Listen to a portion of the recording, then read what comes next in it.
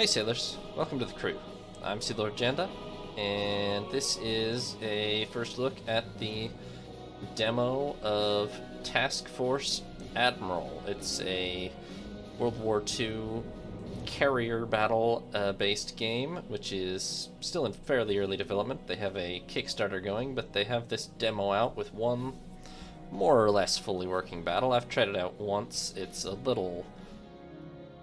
actually quite impressive. It's got definitely some major technical gremlins still, but for how long it's expected to be before it's delivered, I think that's acceptable. So the game's pretty ambitious. It appears to cover the carrier action from effectively through the first year of the war, and I believe they already hit their Kickstarter goal to extend this into the start of 43, so call it basically the first year and a half of the war, aka the competitive part of the war before the Americans developed a massively overwhelming carrier force anyway. But there are a lot of scenarios in here. It does appear, well, what's in the demo is scenario based, but it appeared on the Kickstarter that they have a dynamic campaign of some sort planned as well. Maybe not at release, but it's intended. But they've got quite a few scenarios here, some of them historical, some of them hypothetical, presumably involving various battles that didn't actually happen. You could probably take a guess at some of these based on the name, but we've got the early battles. We've got a whole section for the Coral Sea. We've got a whole section for Midway, 4 hypotheticals. Battleship action, it looks like, although I don't know how well that'll work. And we've got some Guadalcanal stuff as well. For now, what's in the game is just this one scenario, May 8th, 1942, of Cranes and Patriots. It's a 2 out of 4 complexity, 3 out of 4 difficulty. And let's see here. Well, here's the basic briefing. The full briefing is very impressively extensive, actually. As Yorktown and Lexington recover from a day of hectic action, intel shows signs that the enemy carrier force is drawing near for a final showdown. In the last chapter of what will be known in history as the Battle of the Coral Sea, giants are going to face off for the first time ever. In this game of chicken, assume command as Rear Admiral Fletcher, as Task Force 17 is about to make history and give its best to halt the southward ambitions of the Japanese combined fleet. There's a little thing here, too. I think this might be playing the full briefing, but it's early morning on is. May 8th, 1942. Task Force 17, under the command of Vice Admiral Fletcher, has been roaming the Coral Sea for 7 days in an attempt to prevent a Japanese invasion of Port Moresby. The carriers USS Yorktown and USS Lexington were quite active and successful the day before. The American air groups managed to sink a light Japanese carrier with minimal losses, forcing the invasion force to loiter in fear of facing overwhelming odds on its way around the New Guinean Peninsula. In the meantime, the American carriers were left untouched. Japanese search efforts were rendered fruitless due to a number of mistakes and communication hurdles.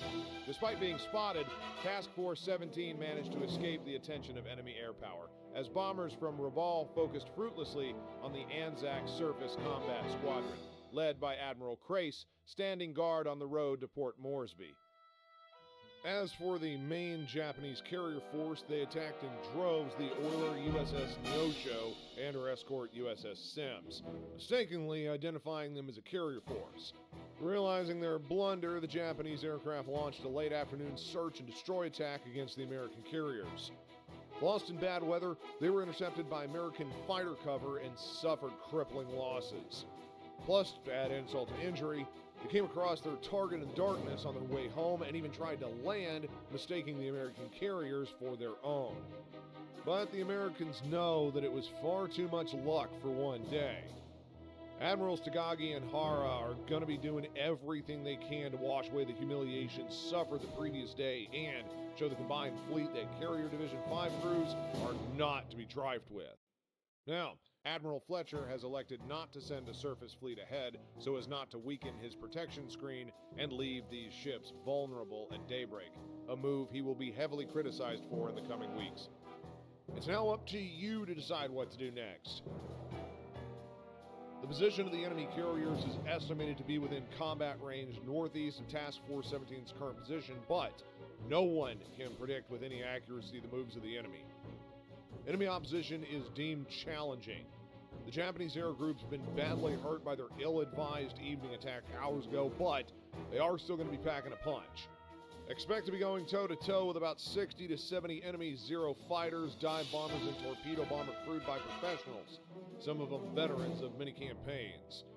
As for the Americans, your own air groups are in good shape but are still suffering from a low number of available fighters, which will force you to make some tough calls. Should you escort your bombers as a priority or protect your carriers? It's your job to figure out how to best prepare for the first real carrier-to-carrier engagement of the war. Your objective is to seek out the enemy carrier force, engage it, and inflict heavy damage to force the Japanese Navy to abandon its move against Port Moresby. You're to retire to the south at the end of your operation. Good luck. Alright, I believe that's the whole briefing. As you can see, it was indeed quite long. There's a written form of it as well. It's pretty much the same. Yeah, that's mostly the same thing. It's not even entirely. Let's see, we've been conducting... this mostly describes what the briefing did. Right. Around 2200, Lexington's radar indicated the enemy planes were holding in a landing pattern less than 100 miles away northeast of our own force. Lieutenant Forrest Beard, the intelligence officer, insisted it was time for us to strike decisively at the enemy with our surface forces, but we decided not to. Rear Admiral Fletcher was unconvinced because such a force would be highly vulnerable at daybreak without efficient air cover, and the delay in relaying Lexington's intel made that unreasonable. We are retiring south to prepare for a last round of combat at first light. We have USS Yorktown and Lexington currently deployed in the Coral Sea. Task Force 17 is composed of 2 fleet carriers, 5 heavy cruisers, 7 destroyers. 17.5, Rear Admiral Fitch. Carriers, Yorktown and Lexington. Destroyers, USS Morris, Anderson, Hammond, and Russell. Task Force 17.2, the attack group under Rear Admiral Kincaid. Cruisers, USS Minneapolis, New Orleans, Astoria, Chester, and Portland. Destroyers, USS Phelps, Dewey, and Aylwin. Anticipating the enemy's expected trajectory through the Louisiades area, Rear Admiral Fletcher's ordered Rear Admiral Crace, RN, and his multinational cruiser group to steam ahead. The Anzac Squadron, known to us as Task Group 17.3, is blocking the southern exit at the Jomard Passage, the shortest route for a naval force headed to Port Moresby. Detaching this task force from the carrier group does play a role in interdicting enemy shipping and act as a diversion, but has noticeably weakened the anti-air screen available to the carriers. These forces will not be available in the foreseeable future, as all communications have been cut momentarily. Also note that DD Monahan was detached earlier to look for survivors from the replenishment group hit yesterday, as its engines were showing signs of trouble. Whether or not it accomplishes its mission, it is out of the battle for good and has been ordered to sail to Noumea, New Caledonia. Following several days of unprecedented non-stop action, the air group's board our carriers are stronger than ever in resolve, but have been slightly depleted. The low number of fighters available will impact our defensive options. The current ready air strength of Task Force 17, cruiser float planes aside, is as follows. Yorktown, 55 aircraft. VF-42, 14 F4F3s. VB-5 and VS-5, 17 and 15 SBDs, and VT-5, 9 TBDs. So that's 14 fighters, 32 dive bombers, and 9 torpedo bombers. The slightly larger Lexington Air Group, 62 aircraft, 17 fighters, 33 dive bombers, and 12 torpedo bombers. Total 31 fighters, 65 dive bombers, 21 torpedo bombers. Well, we better hope our dive bombers have good luck. Note that although Port Moresby has numerous Army and Australian assets at its disposal, these are dedicated to the defense of the base and are currently searching for the enemy invasion convoy.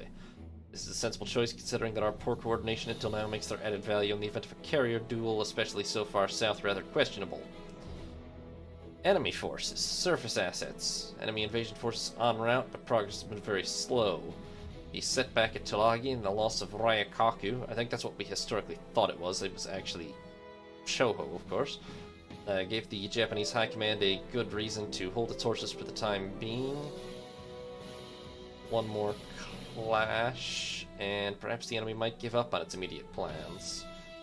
The main opposing force remains what is believed to be a carrier task force centered around the modern carriers Shokaku and Zuikaku.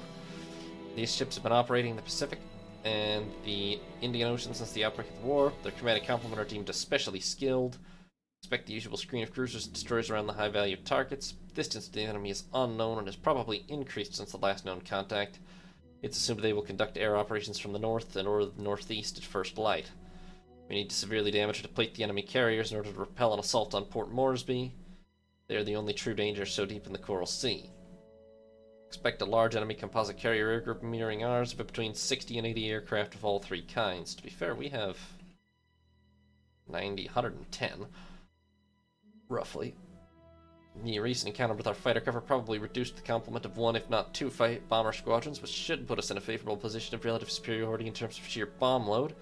We will take any advantage we can get. As we know by now, the enemy is well trained and its aircraft are nothing to laugh at.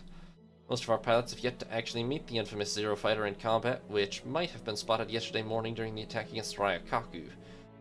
The true encounter still has to happen, and only then will we know if the reports about its performance are true. They are, mostly. Expect further coverage from Rabaul, Tulagi, and Shortland Island by long-range bomber and heavy seaplanes. Some shipborne seaplane activity just north of the Louisiades is highly likely too. Overall, following the losses suffered tonight, it's highly probable that the enemy's land-based search net will be reinforced to allow the carriers to muster more attack aircraft against us. Okay, long briefing. It's the Battle of the Coral Sea as historical. We sank one Japanese light carrier yesterday. They've got 2 fleet carriers left. We've got 2 fleet carriers left. We do not have a whole lot of fighters, and frankly, the Zero is better than the Wildcat. Or at least vastly more maneuverable. The Wildcat is more durable, but that only counts for so much. Our objectives are force them to retreat. Now, historically, that was accomplished with, I believe it was Zuikaku was heavily damaged. I think, maybe I have that backwards, but I think. But we lost USS Lexington. If we can do better than that as a trade, then we're doing better than historically.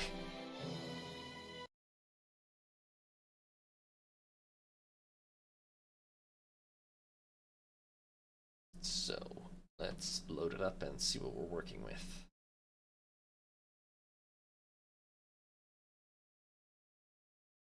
Some nice art.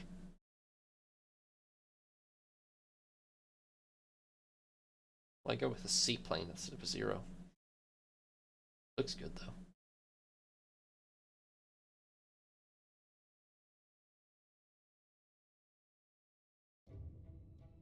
Okay. It's midnight, May 8th, 1942. This is Yorktown's flag plot, presumably. The clock is ticking, but it's in real time, that is seconds, so we don't exactly have to move too urgently. It can be sped up, of course. Basically, in front of us, we've got... Honestly, most of these things are more easily accessed from the map, from these things up here, as far as I can tell, so... here's the strategic map. There's Task Force 17, 2 carriers, 5 cruisers, 8 destroyers. Here's our order of battle on the left, nice and collapsible.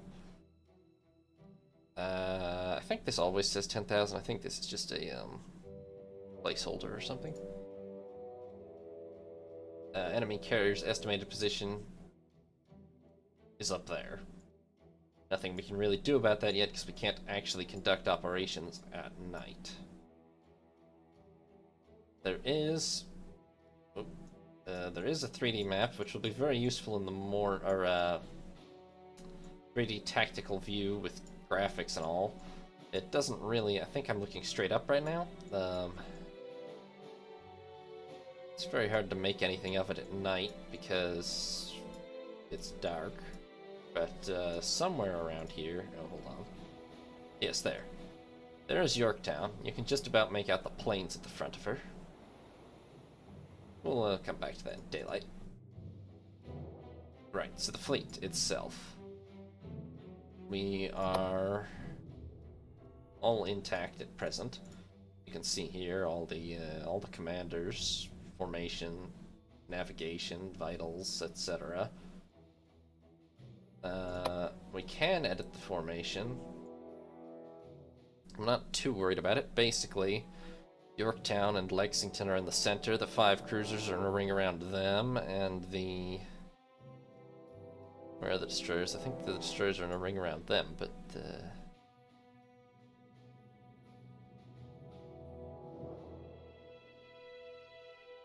Oh, yes, I need to zoom out. Okay, yes, and then the destroyers are running around them, so we've got a double ring structure with our escorts around the two carriers. And I don't see any urgent reason to change that. I don't think we're going to get anything radically better.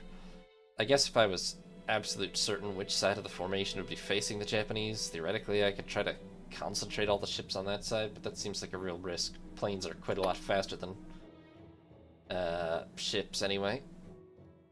Okay, we can create here a combat air patrol, which will be nice in the morning, but isn't our first priority. Fighter direction. There's a scramble all fighters button, which is handy, and focus buttons, which are also handy. And there's also a button to have that automated. Okay, fleet board, fleet defense. Okay, that's actually just part of the fleet board, to be fair. Flight deck. Oh yes, this is nice. This is pretty, this is pretty much what this would really look like. We can see the rosters of both of our aircraft. It is fully simulated with all the like deck parks and elevators and everything. You will see, I suppose, when we start launching aircraft in the morning. It's quite neat. Lexington has slightly more aircraft, including slightly more on deck. We don't currently have any missions. This just lists our squadrons, which we know what we've got. Stores currently doesn't seem to exist. Deck, squadrons, right, that just does that. There's also binoculars, which I think, yeah, has me standing on the deck, which is cool. Although also kind of useless in the dark here, but you can kind of see that we're standing on the deck. There's AA guns.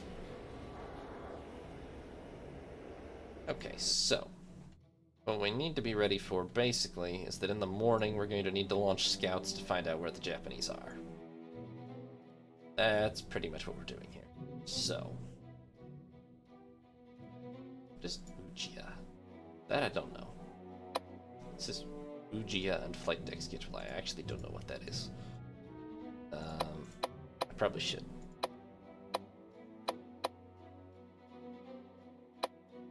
So, conveniently we have strike, search, and scramble buttons right down here.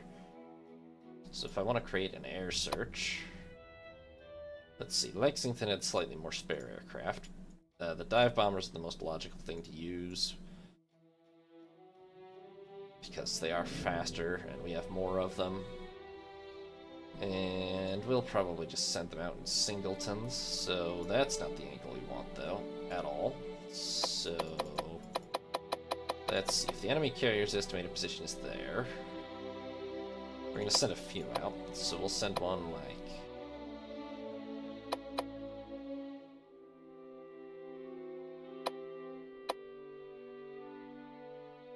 here.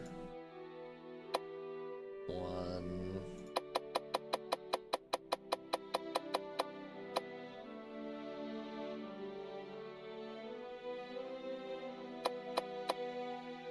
Oops, that's adjusting the step. You can adjust a lot of things here. One here. Oops, that one was from Yorktown. That's fine.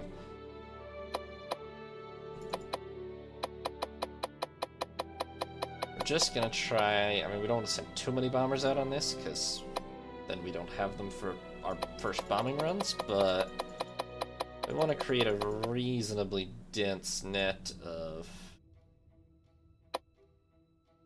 Okay, even though I said, well, because it defaults to your Lexington, I've been lazy, but we want to create a sufficiently dense net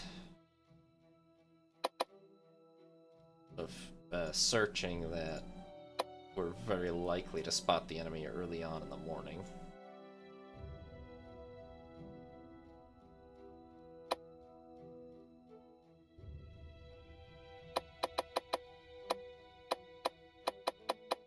Like, that's my most significant blind spot.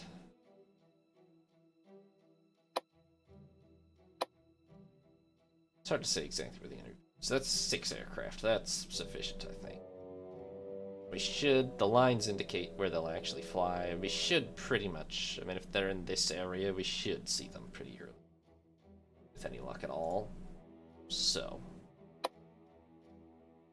Okay. Let's, speed time up a little. By which I mean a lot, because air operations won't actually be able to commence until, like, 6 a.m., I think. Or dawn, in any case.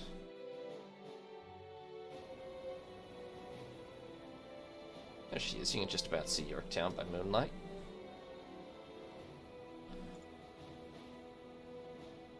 I think 240 is... no, it won't even hold more than 120. Okay. This'll just take a minute then.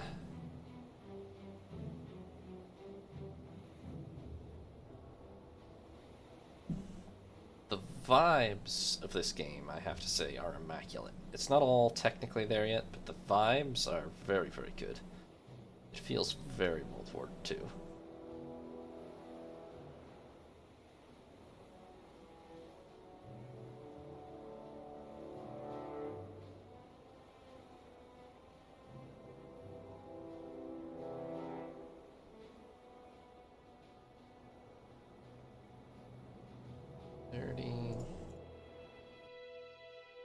And the whole task force is essentially just cruising south. Takes us away from the enemy carriers, most likely, and south of Papua New Guinea as well. We are pretty far south now. But that's alright. I think I can probably direct their course, but I don't actually know how. There's the fleet board. It doesn't really matter, I mean, what our course is for these purposes. The whole thing is pretty much going to be decided by a big exchange or two about dawn. Looks like this would be the button I would push, but it's grayed out, so maybe that's not even a thing yet. Or maybe I just don't know how to do it. There's a manual included, but I frankly haven't read it, so that might explain some of these things that I might miss. Shimmering moonlight is nice. Okay, it's 4:40 a.m. So we've got a little more probably than another hour. And there we are, look. You can see on our flight board, such as it is down here, not really, the actual flight board is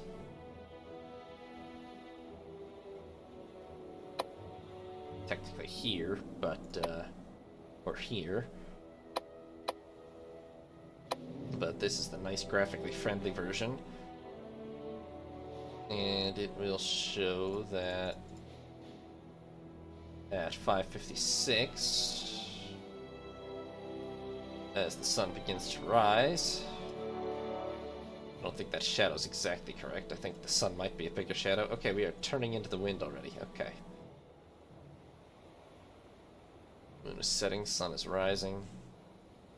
Shadows probably get very complicated. We are actually going to push the aircraft back, push the deck park back to the back of the deck so that we can launch, which is exactly, well, it is what would really be done, although I'm not really sure why we would park the deck front at the front to start with, knowing that we would need to push it to the back, but it might be a stability thing. But in any case, the aircraft will actually physically, you can barely see from any angle other than looking into the sun, but the aircraft will physically roll back, thanks to our crew. The crew don't really exist, but pretend they do. And we are presumably turning into the wind. We will get a couple of dive bombers ready to launch.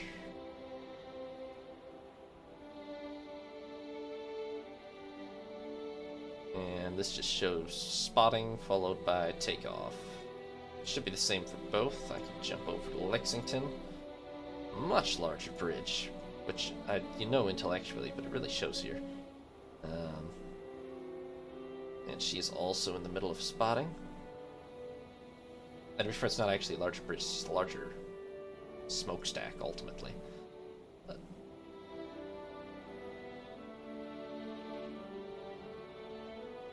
superstructure, shall we call it.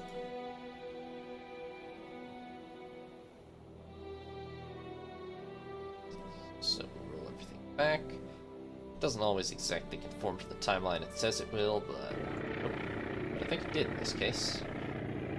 That sounds like an engine fired up. I assume it's going to be that aircraft.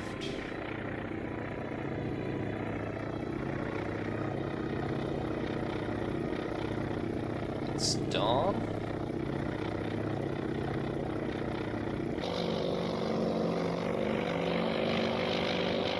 It's pretty dark, but there he goes. Oh, I could find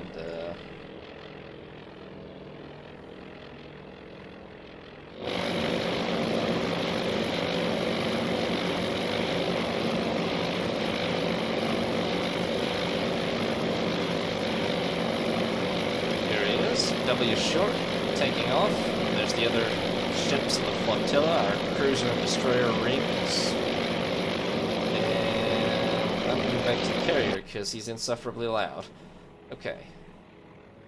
Now yes, something is a little weird with the spotting here, because I'm pretty sure what it's about to do is push all the aircraft back to the front and then to the back again, which maybe that's something I've done wrong, but it doesn't really make sense. But we'll get the planes launched sooner or later.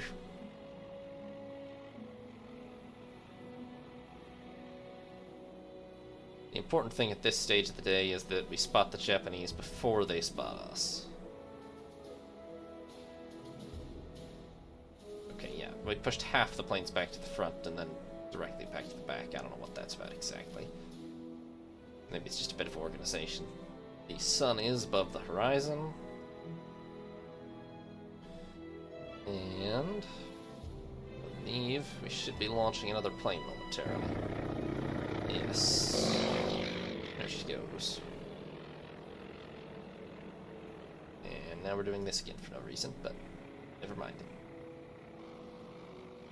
And I believe Lexington just also launched. Lexington's actually the lead ship here.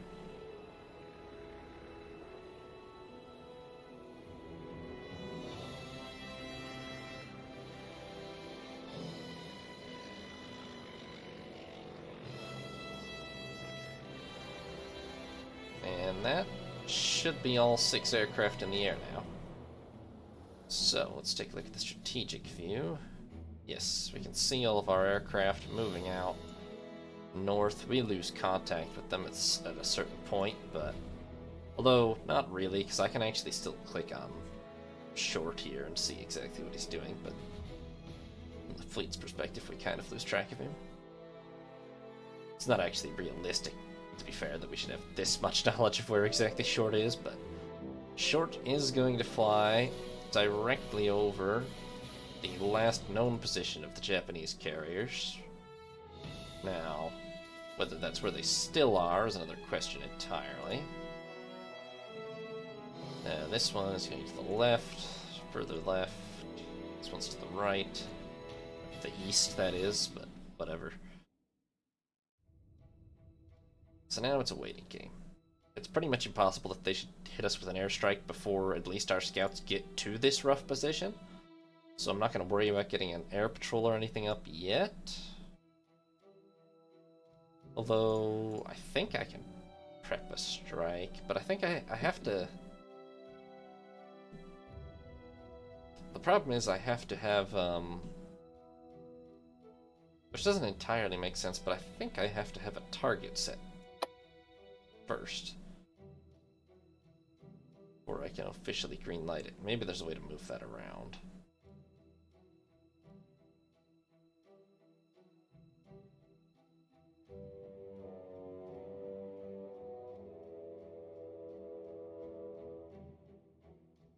In any case, to be fair, we don't know the exact range yet. Oh, I can do deferred depart. Well, I can do deferred departure, but I don't even know. Does that work?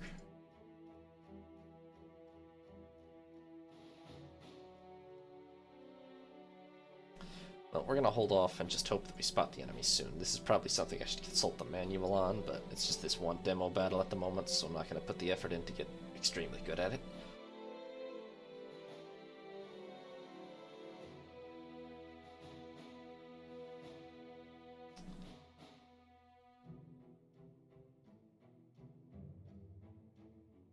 We are going south, and they're expecting to rejoin us north, because that's what direction we were going when they launched. Because we were doing air operations. Hopefully that's not a problem. Okay. Short has almost reached the original location of the enemy fleet. Let's look-see. Well, it's a nice day. I don't see any Japanese carriers.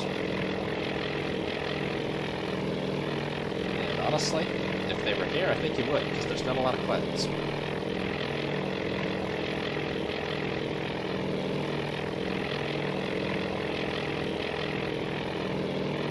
Nice looking plane, though.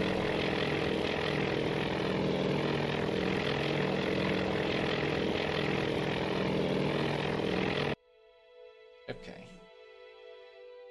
We'll let all the scouts keep going, and hopefully we spot something soon.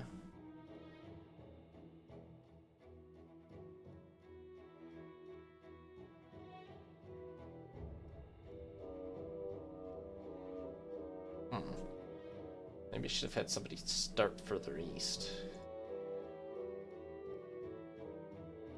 Or that somebody could have slipped by over here.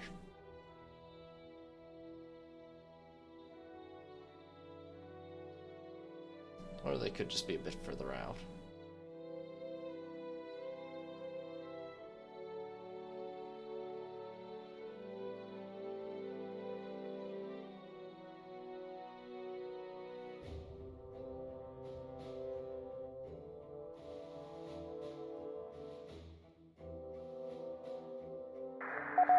Oh, they went that way. Okay, hold up.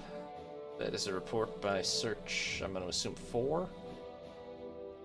Contact 0007, unknown task force. 6 ships, 3 large, 3 small, reported by SBD-3 Dauntless. It doesn't actually say which one. I'm going to assume it's Adams here, because he's by far the closest, right? No, actually, it could be... Search, I think this is the closest. Oh, and it's confirmed hostile. Surface Combat Task Force, 3 large, 2 small. I mean, that pretty much has to be the enemy fleet, right?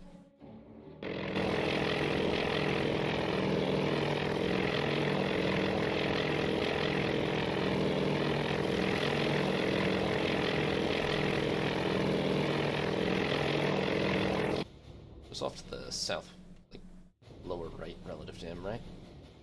Yeah. To be fair, I don't see it personally, but I'm going to assume that it's not crazy.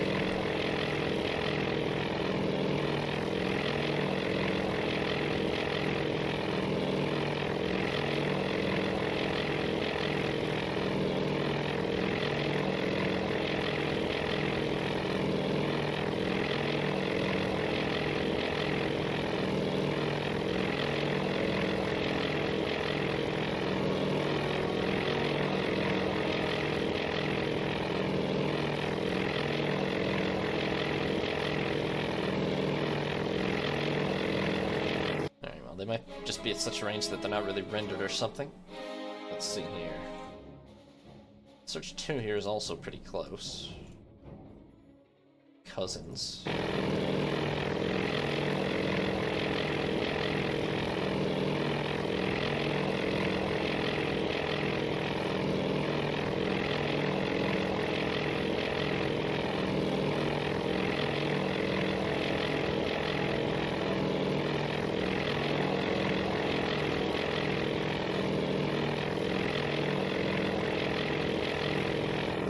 Well, doesn't really matter if we see them personally. The point is they're up here. That pretty much in one C. I mean, we have to assume that's the carrier force.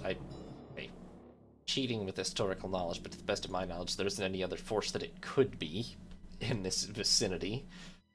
And, yeah, we're gonna go ahead and prepare to launch on that. Let's get a strike together. Lexington first, yeah. Alright, so... Lexington has available... And we need to hold some fighters back, but not most of them. I mean, we pretty much want to send, like...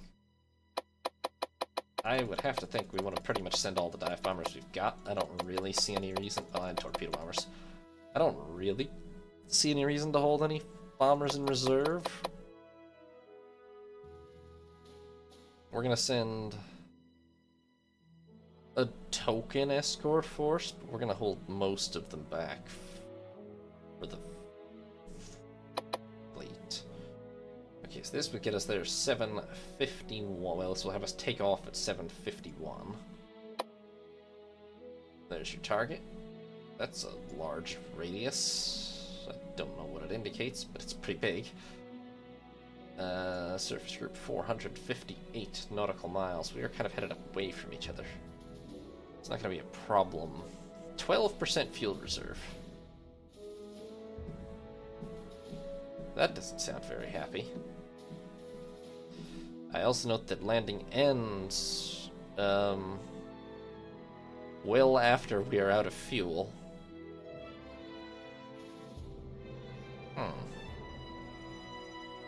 Because of the direction they're going, they're really at the limit of our range, it seems like.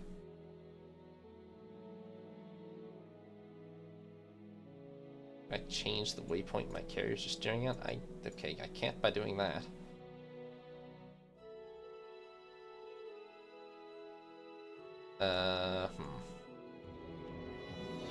Well, I could change to an endurance loadout, but I think I'm just gonna hope that it doesn't go wrong. If it does, then I'll have learned that this is to be taken seriously and not this.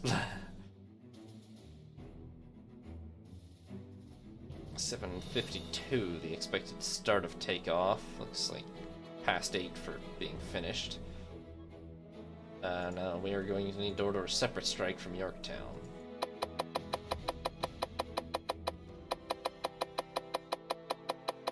Pretty much gonna send all of her aircraft also. We're gonna send a decent escort. Would hold the better part of our fighters back. Obviously the target is going to be that. Yes, they have the same fuel problem. I'm hoping it's not actually a problem, especially if we're headed into the wind for half this time for air operations, which will have us getting closer. We'll find out. That says 7:51, doesn't it? Well, conveniently, although this is notoriously not what the US did well, our operations should be pretty close to synchronized, I think. I don't know why there's a spotting and then strike and then... But I mean, it should be finished by about 8:10-ish for Yorktown, and I mean, looks like pretty much the same for Lexington, so they're not going to be more than a few minutes apart anyway. Thanks for watching, sailors. Hope you enjoyed. New parts will be up roughly weekly. If you did enjoy, consider leaving a like or subscribing. And have a nice day, sailors. This is Sea Lord Agenda, signing off.